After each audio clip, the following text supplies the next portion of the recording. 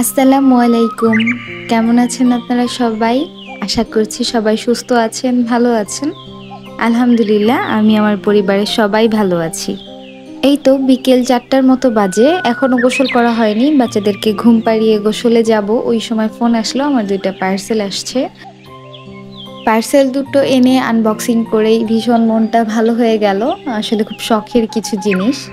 তো ভাবলাম কেননা ভিডিও শুট করা যাক। তো এই তো আমি গোসল করে আসলাম, একটু জাস্ট ফ্রেশন আপ হয়ে নিচ্ছিলাম।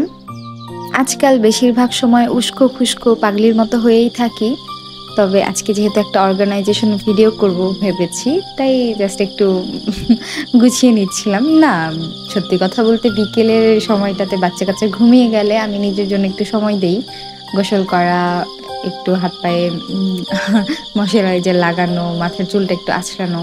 চুল আঁচড়ানোর সময় রেগুলার না পেলেও সপ্তাহে ১ বার ২ বার তো আঁচড়াই। ওয়্যার ক্যারি করা আজকাল আমার জন্য খুব প্যারা হয়ে গেছে। ইয়ানিশ যখনই দেখে চশমা পরতে তখনই ওর মাথা নষ্ট হয়ে যায়। চশমা কেড়ে নিবে, ভেঙে ফেলবে। অলরেডি আমার চশমা ভেঙে ফেলছে। তো যাই হোক, এই তো রান্নাঘরে চলে এসেছি।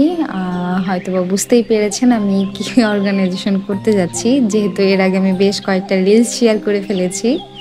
নরমালি আমি না বিদেশি ব্লগগুলো একটু বেশি দেখি, তো সেইখান থেকেই দেখে আমার একটা টি কর্নারের অনেক শখ হয়েছিল। প্রায় ৪-৫ বছর ধরে শখটা আমি ক্যারি করছি।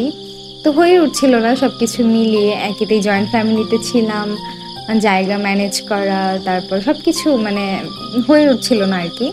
যখন থেকে সিঙ্গেল ফ্যামিলিতে থাকা শুরু করলাম, সেই ফার্স্ট থেকেই ভাবছিলাম করব। তো মাঝে আমি একবার না অর্ডার করে ফেলেছিলাম, একটা শেলফ অর্ডার করেছিলাম, তারপর একটা টি পট অর্ডার করেছিলাম। তো এর মধ্যে আবার আমার ছেলেটা ইয়ানিশ অসুস্থ হয়ে যাওয়াতে আমি অর্ডার ক্যান্সেল করে দিই, আর ওইসব করার মন মানসিকতা ছিল না আসলে। তারপর যাই হোক, ফাইনালি এখন হলো, আলহামদুলিল্লাহ আলহামদুলিল্লাহ। আমার খুব শখের একটা জায়গা। আসলে না রান্নাঘর গোছাতে আমার ভীষণ ভালো লাগে। আর টি কর্নার চায়ের প্রতি না আমার সত্যি বলতে কোনো নেশা নাই, কখনোই ছিল না। চায়ের মানুষের কাছ থেকে শুনি চায়ের প্রতি নেশা থাকে, বাট আমার কোনো চায়ের প্রতি নেশা নাই। চাটা আমি কখনো খাই ক্ষুধা পেলে, কখনো খাই একটু কি বলে রোমান্টিক মুডে থাকলে, কখনো খাই একাকিত্ব দূর করার জন্য। এটা ভ্যারি করে একেক সময় মুডের উপর। প্রথমে ভেবেছিলাম টি কর্নারটা করব ডাইনিং রুমে, ওভেনের পাশে। এরপর মনে হলো না, রান্নাঘরটা যেহেতু আমার আরেকটা শখের জায়গা, তো রান্নাঘরেই করি। ছোট্ট একটা কোণা বেছে নিয়েছি।